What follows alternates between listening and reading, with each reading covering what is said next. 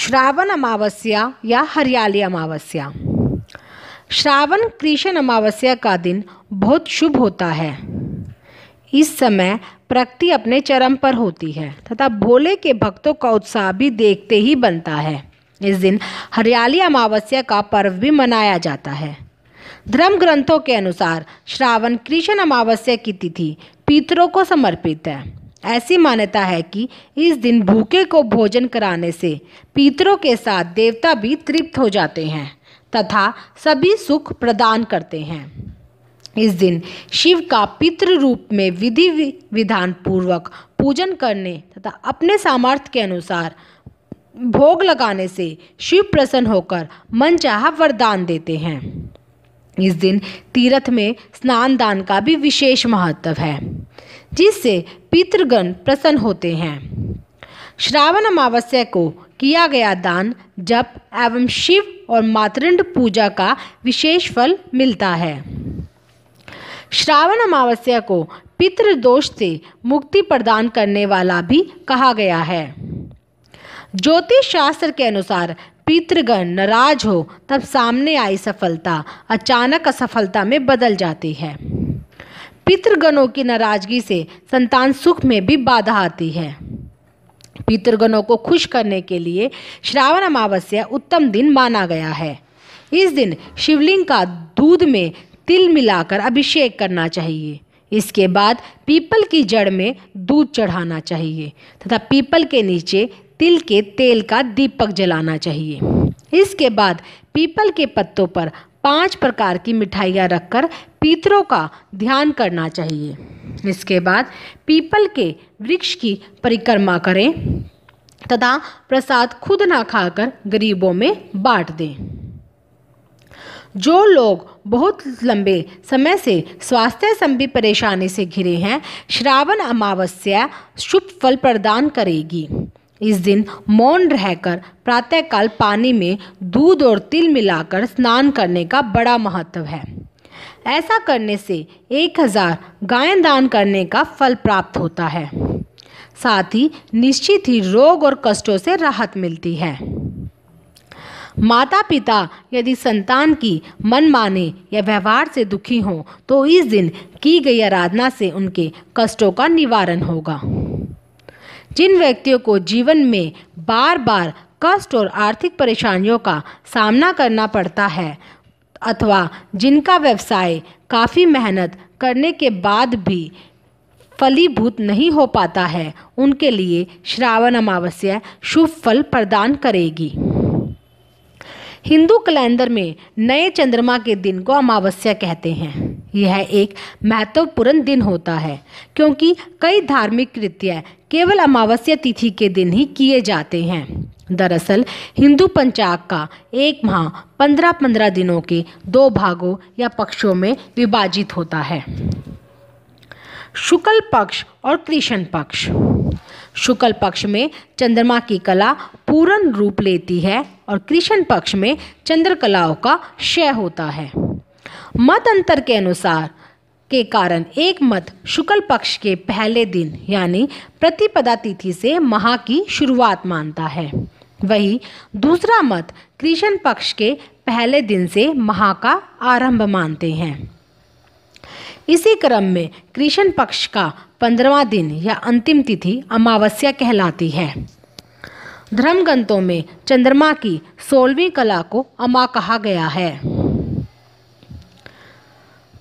सकत पुराण का श्लोक है, अमा षोड शभागे देवी प्रोक्ता महाकला संसिस्था परमा माया देही नाम देह धारिणी, जिसका अर्थ है कि चंद्रमंडल की अमा नाम की महाकला है जिसमें चंद्रमा की 16 कलाओं की शक्ति शामिल है, जिसका क्षय और उदय नहीं होता है। सरल शब्दों में कहें तो सूर्य और चंद्रमा के मिलन के काल को अमावस्या कहते हैं। दूसरे अर्थ में इस दिन चंद्रमा तथा सूर्य एक साथ रहते हैं, इसलिए शास्त्रों में इसके कई नाम आए हैं, जैसे अमावस्या, सूर्य चंद्र संगम, पंचदशी, अमावसी, अमावासी, या अमामासी। अमावस्या जब सोमवार के दिन पड़ती है तो उसे सोमवती अमावस कहते हैं, और अमावस्या जब शनिवार के दिन पड़ती है तो उसे शनि अमावस्या कहते हैं। अमावस्या को पर्व तिथि कहते हैं।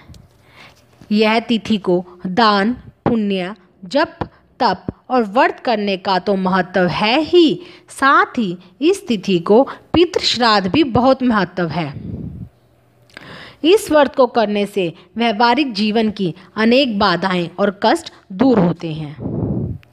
संदेश यही है कि माता पिता और पूर्वजों को कभी ना भूलें। उनके पीछे ही नहीं, उससे भी अधिक उनके साथ रहते हुए उनका और उनकी भावनाओं को सम्मान करने से हम सुखी और कलह मुक्त जीवन जी सकते हैं। उनके जीवन से हमें प्रेरणा लेना चाहिए। शास्त्रों के अनुसार देवों से पहले पितरों को प्रसन्न करना चाहिए। धार्मिक ग्रंथों के अनुसार कलयुग में दान से बड़ा कोई धार्मिक कार्य नहीं है।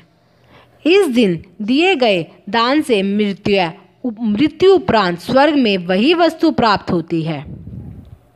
अतः इस दिन सामर्थ्य अनुसार दान दें। श्रावण अमावस्या का व्रत नर और नारी दोनों के लिए है। इस दिन किसी भी प्रकार की तामसिक वस्तुओं का सेवन नहीं करना चाहिए। इस दिन शराब आदि नशे से भी दूर रहना चाहिए। इससे शरीर पर ही नहीं, आपके भविष्य पर भी दुष्परिणाम हो सकते हैं। जानकार लोग तो यह भी कहते हैं कि चौदस, अमावस्या और प्रतिपदा उक्त 3 दिन पवित्र बने रहने में ही भलाई है। हिंदू धर्म में अमावस्या को पितरों की तिथि माना गया है। इसलिए इस दिन पितरों को प्रसन्न करने के लिए गाय के गोबर से बने उपले अर्थात कंधे पर शुद्ध घी व गुड़ मिलाकर धूप यानी सुगलते हुए कंधे पर रख देना चाहिए। यदि घी व गुड़ उपलब्ध ना हो तो खीर से भी धूप दे सकते हैं। यदि यह भी संभव ना हो तो घर में जो भी ताज़ा भोजन बना हो उससे भी धूप देने से पितृ प्रसन्न हो जाते हैं। धूप देने के बाद हथेली में पानी लें व अंगूठे के माध्यम से उसे धरती पर छोड़ दें। ऐसा करने से पितरों को तृप्ति का अनुभव होता है। श्री पितर जी की आरती। जय जय पितर महाराज, मैं शरण पड़ियो हूँ थारी। जय जय पितर महाराज, मैं शरण पड़ियो हूँ थारी। शरण पड़ियो हूँ थारी बाबा, शरण पड़ियो हूँ थारी। शरण पड़ियो हूँ थारी बाबा, शरण पड़ियो हूँ थारी। जय जय पितर महाराज, मैं शरण पड़ियो हूँ थारी। आप ही रक्षक, आप ही दाता, आप ही खेवनहारे। आप ही रक्षक, आप ही दाता, आप ही खेवनहारे। मैं मूर्ख हूँ कुछ नहीं जानूँ, आप ही हो रखवारे। मैं मूर्ख हूँ कुछ नहीं जानूँ, आप ही हो रखवारे। जय जय पितर महाराज, मैं शरण पड़ियो हूँ थारी। आप खड़े हैं हरदम हर घड़ी करने मेरी रखवारी। आप खड़े हैं हरदम हर घड़ी करने मेरी रखवारी। हम सब जन हैं शरण आपकी है ये अर्ज गुजारी। हम सब जन हैं शरण आपकी है ये अर्ज गुजारी। जय जय पितर महाराज, मैं शरण पड़ियो हूँ थारी। देश और परदेश सब जगह आप ही करो सहाय। देश और परदेश सब जगह आप ही करो सहाय। काम पड़े पर नाम आपको लगे बहुत सुखदाई। काम पड़े पर नाम आपको लगे बहुत सुखदाई। जय जय पितर महाराज, मैं शरण पड़ियो हूँ थारी। भक्त सभी हैं शरण आपकी अपने सहित परिवार। भक्त सभी हैं शरण आपकी अपने सहित परिवार। रक्षा करो आप ही सबकी रटूं मैं बारंबार। रक्षा करो आप ही सबकी रटूं मैं बारंबार। जय जय पितर महाराज मैं शरण पड़ियो हूँ थारी।